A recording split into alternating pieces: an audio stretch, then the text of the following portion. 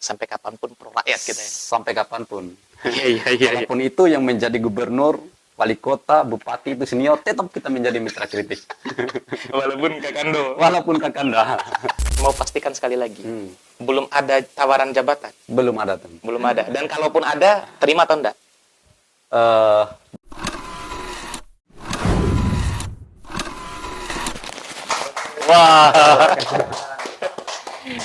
Saya senang banget bisa duduk dengan salah satu tokoh di Nusa Tenggara Barat, tokoh pemuda yang saya culik malam ini dan saya mau curi waktunya biar bisa gibahin elit-elit kita di NTB. Saya sedang bersama dengan Ketua Batko HMI Bali Nusra. Selamat, Om. Terima kasih, Bung Yusril. Kalau pas waktu kemarin, saya undang ke podcast sewaktu pencalonan. Nah, sekarang jadi Ketua Batko. Sukses juga ini barang. Baru dilantik tuh. Baru dilantik pula. Iya. Sukses barang ini. Insya Allah, alhamdulillah. Waduh. Kemarin di kepemimpinan Bung atau di kepengurusannya itu membawa visi besar apa? Tagline-nya HMI berani. HMI berani ya. Berani. Berarti ada yang menakut-nakuti mahasiswa. Jadi kita sebagai mahasiswa itu harus menunjukkan keberanian. Oke. Enggak. Saya mau lihat bahwa berarti di balik layar hari ini mahasiswa justru ada ketakutan gitu. Jadi memang sekarang mahasiswa banyak yang kemudian tidak berani lagi menyampaikan pendapat di muka umum. Padahal itu memang tugas utama mahasiswa dan kita harus betul-betul menyampaikan secara terbuka apa yang menjadi persoalan yang kemudian terjadi khususnya di Nusa Tenggara Barat ini. HMI Batko mempelopori itu. HMI Batko siap mempelopori itu. Gimana kepengurusan sekarang sejauh ini berjalan? Alhamdulillah kemarin di bulan November sekitar tanggal 17 kita dilantik oleh Ketua Umum PBHMI langsung. Oke. Dan sekarang kita lagi mempersiapkan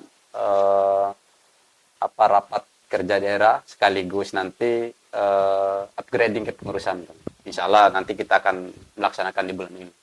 Iya, dan kolaborasi lah sama podcast Bicara Santai. Siap, pasti itu. Ini menarik nih. Ini kawan-kawan saya sampai pakai baju Lafran Pane, di sini ada logo Himpunan Mahasiswa Islam gitu kan. Betul. Ini kebanggaan kita ini. Luar biasa. Iya. Lafran Pane ya. Lafran Pane itu tokoh inspirasi bagi seluruh kader HMI. Cocok, sepakat.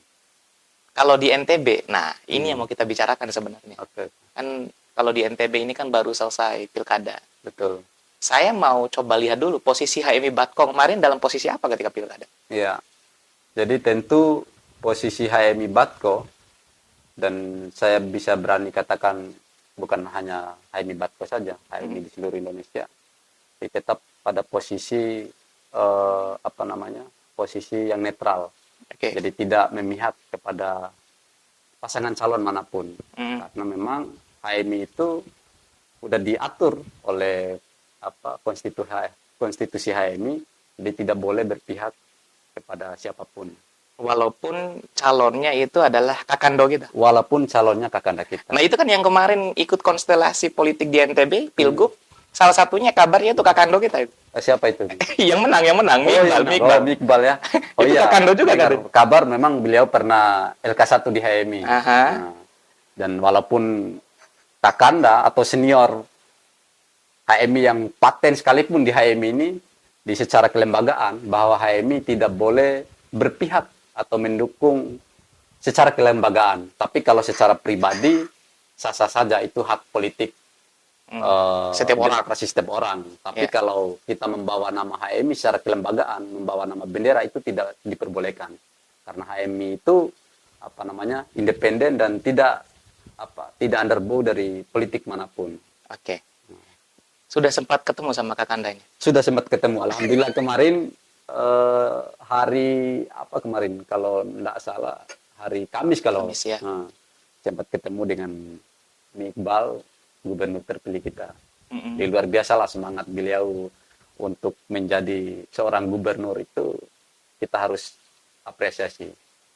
Kendati beliau itu senior, posisi HMI siap menjadi mitra kritis ya? Siap menjadi mitra kritis. Makanya siapapun yang menjadi gubernur dan wakil gubernur, apa bupati dan wakil bupati, wali kota dan wakil wali kota, Ya. bagi saya eh, kita sebagai mahasiswa tetap menjadi mitra kritis yang baik pada pemerintah. Pada program pemerintah yang baik, kita harus mendukung dan bahkan ikut terlibat di dalamnya. Tapi pada program atau kebijakan pemerintah yang kemudian tidak pro terhadap kepentingan rakyat, maka kita harus menjadi oposisi, harus menjadi mitra kritis pemerintah. Oke. Sampai kapanpun pro rakyat kita ya. Sampai kapanpun. Iya. Walaupun itu yang menjadi gubernur, wali kota, bupati itu senior, tetap kita menjadi mitra kritis. Walaupun Kakando. Walaupun kakanda. Soalnya di video kita yang lama itu kan sampai viral banget tuh kan. Betul. Iya, jadi ada level senior itu kan, ada Kanda, Kakanda. Ya. Nah, yang ngeri ini Kakando, Wakanda. Rakanda. Rakanda. Raka itu ada yang didapat tuh. Ya. Oke. Betul. Nah, cuman kan yang menarik adalah kemarin kan pilkada serentak. Betul. 500 lebih kepala daerah dipilih itu dalam waktu bersamaan, baik di tingkat kabupaten kota maupun provinsi. Apa kira-kira satu evaluasi dari HMI dari penyelenggaraan pemilu kemarin? Ya. Kalau kita melihat bahwa proses demokrasi yang kemudian dilaksanakan tahun ini, kita cukup mengapresiasi, terutama misal kepada penyelenggara pemilu, penyelenggara pilkada, baik itu Bawaslu, KPU, dan sampai jajaran ke bawah. Kemudian kita juga mengapresiasi kepada pihak kepolisian, TNI Polri yang sudah luar biasa mengawal proses pilkada sehingga berjalan dengan aman dan kondusif. Dan kita harus menghargai apa yang menjadi kerja keras mereka sehingga terlaksana pilkada dengan riang dan gembira lah. Walaupun di isu nasional itu ada partai coklat, betul. Ya, keterlibatan partai coklat di suksesi pilkada di Indonesia gitu. Nah, kalau HMI ngelihatnya seperti apa tuh, Bang? Kalau HMI melihat bahwa proses pilkada yang kemudian dilaksanakan kemarin, saya rasa tidak tendensius kepada partai coklat dan lain sebagainya, tapi memang proses pilkada yang kemudian terlaksana yang kemarin ya cukup cukup luar biasa lah, dan semua calon itu cukup menerima apa yang menjadi hasil proses berjalannya pilkada. Benar. Di NTB bahkan agak harmonis gitu. Walaupun sebelum pencoblosan agak tajam gitu kan. Betul. Tapi setelah nyampe di KPU kok adem ayem maksud saya. Nggak ada yang gugat ke MK gitu kan. Ribut ini ribut itu tuh jarang gitu loh. Cuman kemarin Bung Yusril di hasil pantauan kita khususnya di HMI, karena kebetulan HMI itu menjadi pengawal pemilu. Ya. Jadi kalau kita melihat di NTB khususnya kemarin memang yang agak ribut setelah selesai pencoblosan itu di Kota Bima. Wah, kalau di kampungnya Bung Caca memang ribut apapun diributin di Kota Bima ya. Dan mereka melakukan demonstrasi dan lain sebagainya kaitan dengan ketidakterimaan mereka terhadap hasil pilkada, tapi memang lagi-lagi KPU memutuskan dengan baik apa yang menjadi hasil pilkada. Oke. Saya tuh tertarik dengan ini sih. Kanda. Ini kan ketua Batko, ini harus kita panggil Kakanda gitu kan, karena arah semua ini kan ditentung juga sama ketua Batko ini kan. Jadi begitu Kanda. Yang menjadi pertanyaan kita juga akhirnya adalah kan mayoritas kan anak muda banyak milih. Betul. Tapi orang yang ke TPS tuh katanya sedikit gitu. Jarang pilkada ini gitu. Itu lebih rendah tingkat partisipasinya dibanding dengan Pilpres katanya. Itu gimana tuh Bung Cacang lihat? Ya memang betul, kalau kita melihat hasil rekapitulasi yang dilakukan oleh KPU itu memang banyak pemilih yang kemudian tidak milih. Itu hampir 1.000 lebih lah di kota kabupaten itu kalau kita lihat. Tapi memang mungkin kalau kita melihat bahwa situasi pilkada hari ini memang bukan karena mereka tidak mau terlibat dalam proses pelaksanaan pilkada.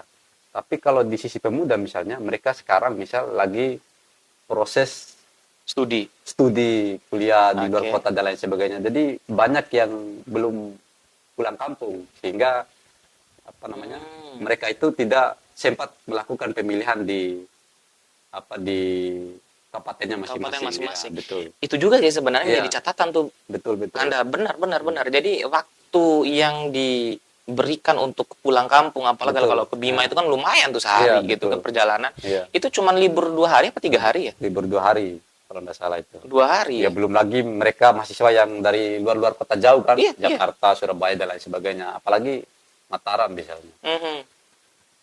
Nah ini kan catatan sebenarnya dalam proses pilkada kita ke depan. Betul. Tapi kalau HMI khususnya Batko Bali Nusra sepakat pilkada serentak sekali lagi dilakukan di 5 tahun yang akan datang. Kalau memungkinkan kita pasti sepakat. Mhm. Kalau memang pilkada itu tidak memperhambat proses pelaksanaan yang kemudian dilakukan baik di tingkat masyarakat, kemudian di di tingkat kepemerintahan, itu sah-sah saja dilakukan secara serentak. Tapi isunya pilkada khusus, pilkada gubernur itu mau dihilangkan.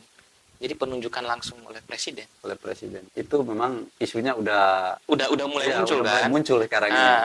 Kalau menurut Tum Batko, apakah menghilangkan nilai demokrasi atau seperti apa gitu? Tidak justrunya. Oh gitu. Ya, secara terbuka, baik secara terbuka maupun secara tertutup itu, ya bagi saya itu tidak menghilangkan nilai demokrasi. Selama proses itu tetap berjalan pada aturan yang kemudian sudah ditentukan oleh negara misalnya. Iya. Ya. Tum, saya mau lihat ya. Kan sekarang kan di NTB khususnya kan kita punya pemimpin baru. Betul. Mi Iqbal menjabat jadi gubernur kan. Betul. Harapannya yang kita titipkan lah, harapan anak muda khususnya kan anak muda kemarin milih sekitar 54 sampai 56%. Ya. Harapannya anak muda yang diwakili oleh HMI untuk kepemimpinan 5 tahun yang akan datang itu seperti apa? Ya, betul Bang Sri, bahwa pesta demokrasi yang dilaksanakan secara serentak khususnya di Nusa Tenggara Barat ini sudah selesai dan sudah kita lewati secara bersama. Iya. Maka sekali lagi saya ingin sampaikan bahwa siapapun itu yang menjadi gubernur dan wakil gubernur, wali kota dan wakil wali kota, bupati dan wakil bupati, mereka adalah orang-orang pilihan terbaik masyarakat Nusa Tenggara Barat. Dan selanjutnya, ya, kita sebagai mahasiswa ya harus mengawal pemimpin baru di 5 tahun yang akan datang. Tentu harapan kita sebagai pemuda tentunya ya di pemimpin yang baru ini harus memberikan edukasi yang luar biasa untuk Nusa Tenggara Barat di 5 tahun yang akan datang. Nah, tentu di kepemimpinan Iqbal Dinda ini ya semua masyarakat NTB berharap bahwa dengan tagline NTB makmur mendunia. NTB makmur mendunia itu bahwa NTB harus betul-betul diperhatikan secara serius, baik itu dalam sisi pembangunannya, pendidikan, ekonomi dan lain sebagainya. Saya tuh hafal sekali NTB makmur mendunia itu. Soalnya saya masuk tim SES. Iya. Izin kan, Dak? Iya. Tapi memang saya tertarik, Bung Yusril. Iya. Jadi saya kemarin waktu di debat paslon, kebetulan kita diundang oleh KPU. Yang kita ketemu itu? Ya. Jadi tiga kali kalau tidak salah kemarin. 3 kali ya. Kan 3 kali kita juga diundang dan saya hadir langsung, menyaksikan langsung bagaimana paparan ide dan gagasan yang kemudian disampaikan oleh pasangan calon, baik nomor 1, nomor 2, dan nomor 3 itu sangat luar biasa sekali menurut saya. Ya, kita tidak ragukan lagi lah. Jadi para calon gubernur ini doktor semua. Jadi gagasan untuk membangun NTB itu cukup luar biasa. Tapi memang saya tertarik apa yang kemudian disampaikan oleh gubernur kita terpilih kemarin Iya, iya. tentang bagaimana tagline-nya NTB makmur mendunia itu ya sangat luar biasa. Nah, tentu harapannya kepercayaan masyarakat terhadap Iqbal Dinda ini memang harus dijaga. Iya. Harus dijaga, jangan sampai apa yang kemudian menjadi visi misi besar Iqbal Dinda ini kemudian nanti tidak dijalankan dengan semaksimal mungkin. Nah, ini nanti yang akan menjadi catatan khusus oleh masyarakat bahwa mereka akan krisis kepercayaan terhadap pemimpin yang kemudian mereka percayakan. Oke. Di lain sisi juga integritas demokrasi itu akan tidak berjalan dengan efektif. Karena apa? Karena masyarakat ke bawah misalnya nanti tidak lagi percaya tentang orang-orang yang kemudian mereka pilih, orang-orang yang kemudian mereka dukung. Karena apa? Karena setiap periode ke periode tadi banyak sekali memang masyarakat yang kemudian mengeluh tentang persoalan ekonomi misalnya, persoalan pendidikan dan lain sebagainya. Nah, harapannya di kepemimpinan baru Iqbal Dinda ini semoga mampu mengembalikan kepercayaan masyarakat terhadap persoalan-persoalan yang kemudian terjadi khususnya di Nusa Tenggara Barat. Itu yang paling penting, mengembalikan kepercayaan terhadap kepemimpinan. Betul. Apalagi kita anak muda. Betul. Saya sih berharapnya keterlibatan kita anak muda yang muda-muda ini gitu loh. Betul. Dalam proses pembangunan itu menjadi sangat penting. Kan biasanya kan anak muda itu dilihat sebelah mata, dipandang ya belum punya pengalaman gitu kan. Betul. Tapi kan pertanyaannya kalau nggak dikasih kesempatan, kapan punya pengalamannya? Ya, cocok. Kan gitu tuh. Iya nggak tuh? Cocok. Gimana tuh, Dom? Cocok. Jadi memang anak muda itu memang harus betul-betul punya kepercayaan, punya kepribadian yang tinggi terhadap proses yang harus dilewati oleh teman-teman pemuda misalnya.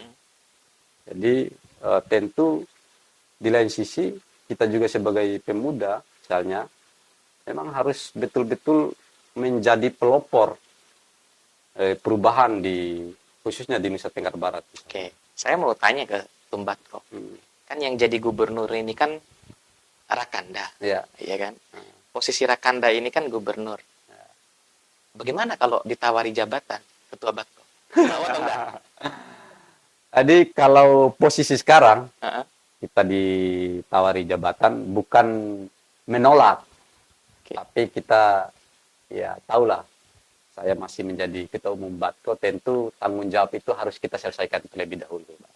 Ya, jadi karena saya sudah diberikan amanah, sudah diberikan kepercayaan oleh teman-teman di seluruh Batko Bali Nusa Tenggara untuk menjadi ketua umum Batko. Jadi mau tawaran apapun yang datang kepada saya, tetap saya menjalankan tugas dulu sebagai ketua umum Batko Bali Nusa di satu periode yang akan. Setelah itu gaspol. Setelah itu kita Yang penting Kakanda masih menjabat. Ya, karena tanggung jawab itu mahal gitu. Jadi kita tidak boleh lepas begitu saja. Iya, kembali lagi kepercayaan kader organisasi itu menjadi penentu tuh. Kadang kan kita ini kan ada beberapa juga bukan di himpunan mungkin ya. Orang yang ketika dia jadi ketua organisasi kemudian ditawari jabatan, dia lepas jabatan organisasinya hanya untuk jabatan-jabatan yang mendapatkan uang lah gitu. Ladang-ladang basah. Kan kalau jadi ketua Batko nggak ada uang. Betul. Iya nggak? Betul. Masa? Kita murni mengurus organisasi. Ini saya tanya ada uangnya apa enggak? Ya, kalau persoalan uang kita kita masih bisa meminta arahan kepada Kakanda, Rakanda. Tapi kalau giniin tangan ke pemerintah enggak?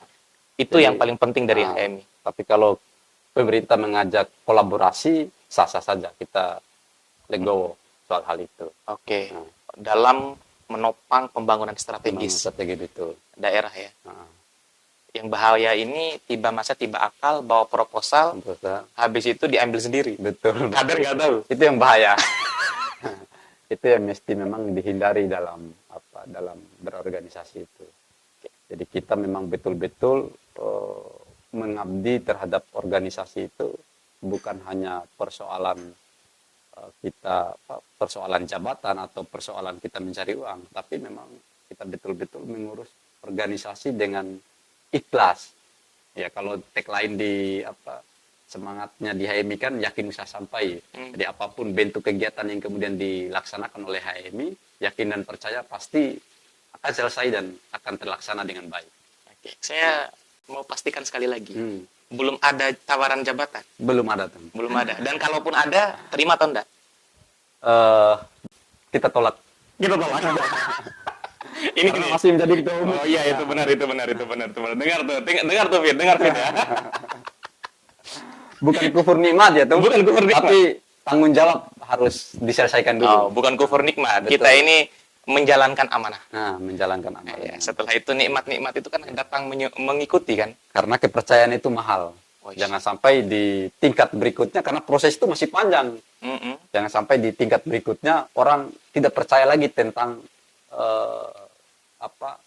tentang kepribadian kita memimpin. Iya. Baik di organisasi, di pemerintahan dan lain sebagainya. Nah, maksud saya kenapa saya tanyakan itu tuh? Sayang sekali loh, jadi DPR, jadi bupati, wali kota atau gubernur, orang-orang yang tidak punya latar belakang aktivis seperti Kakanda. Betul. Mereka yang jadi pemimpin-pemimpin gitu. Betul. Kan kalau kakanda kita itu jadi pemimpin semua, ini kan aman barang-barang gitu loh. Iya. Karena aktivis maksud saya. Betul. Memang kita sebagai mahasiswa atau kita yang kemudian terlibat di organisasi yang sudah punya pengalaman tentang berorganisasi, memang ya kalau punya kesempatan kita harus memang harus menjadi anggota dewan, menjadi bupati, menjadi gubernur, ya. Tapi memang lagi-lagi di aktivis ini, jadi persoalan itu yang paling besar itu persoalan Uang. Modal tuh. Uang. Jadi Aktivis nggak punya uang, nggak masalahnya. punya uang ya. Tapi mereka punya ide dan gagasan yang cukup luar biasa. Iya. Kita harus akui itu. Di aktivis misalnya, di aktivis mahasiswa, apalagi yang mantan ketua organisasi misalnya. Jadi mereka kalau secara keilmuan, kalau secara kemampuan soal memimpin misalnya, kita tidak ragukan lagi. Tapi kembali lagi, jadi pesta demokrasi sekarang ini kan tidak bisa kita nafikan, pasti kita kembali kepada uang. Ya. Uang itu penentu arah langit. Setelah Kakanda kan? Ya. Setelah Rakanda ternyata ada uang gitu kan? Betul. Itu yang paling berat. Oke. Makasih banyak tuh. Udah mampir podcast Bicara Santai. Makasih banyak. Cuman saya mau satu harapan penting Tum Batko untuk kepemimpinan Iqbal Dinda. Ya. Misalkan kan sekarang ini kan isu-isunya kalau pemimpin daerah ini kan banyak yang nggak pro anak muda, Betul. anti kritik gitu loh. Mungkin apa yang mau disampaikan? Sana tuh. Oke. Jadi tentu seperti yang saya sampaikan tadi, di pesta demokrasi sudah selesai, sudah kita lewati secara bersama. Ya, selanjutnya kita sebagai pemuda tentunya mengawal kepemimpinan baru. Tentunya yang kita kawal hari ini adalah pasangan Iqbal Dinda yang keluar jadi pemenang di Pilkada Nusa Tenggara Barat. Nah, kita sebagai pemuda tentunya di Himpunan Mahasiswa Islam berharap kepada pemimpin yang baru ini ya bisa memberikan yang terbaik untuk Nusa Tenggara Barat pada umumnya, dan harus betul-betul memperhatikan tentang kondisi di Nusa Tenggara Barat misalnya. Jadi banyak memang persoalan-persoalan pemuda, persoalan perempuan yang kemudian terjadi di Nusa Tenggara Barat ini yang memang harus diperhatikan serius oleh pemimpin baru kita hari ini. Misalnya di pemuda misalnya. Jadi kita harus betul-betul berkolaborasi dengan mahasiswa, dengan pemuda dan lain sebagainya.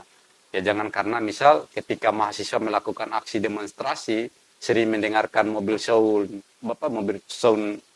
mahasiswa di kantor-kantor misalnya itu bukan atas dasar kebencian mahasiswa terhadap pemimpin sebetulnya, tapi itu rasa peduli mahasiswa terhadap kebijakan yang kemudian terjadi di NTB misalnya. Oke. Artinya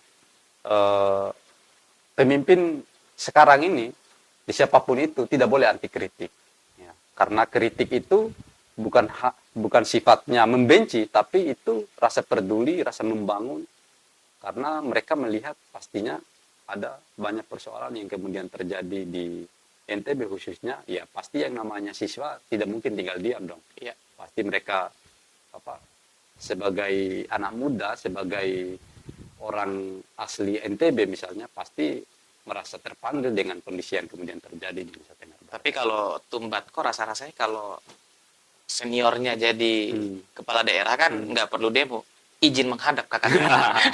Izin menghadap. Izin menghadap. Izin menghadap. Ya, Oke. pasti itu. Pasti ya. Ya, tapi kalau memang ada persoalan yang kemudian tidak harus kita menghadap, ya pasti kita nyalakan mobil sound. Iya, kita nyalakan sirene pelawaran. Oke, makasih tuh. Makasih banyak udah mampir podcast Bicara Santai. Siap tuh. Saya Sudah 2 kali saya. Ini yang kedua. Ya. Oke, kalau yang ketiga rasa-rasanya ini podcast saya diambil alih. Iya. Karena angka 3 itu adalah angka pengambil alihan kekuasaan. Iya, cocok. Cocok.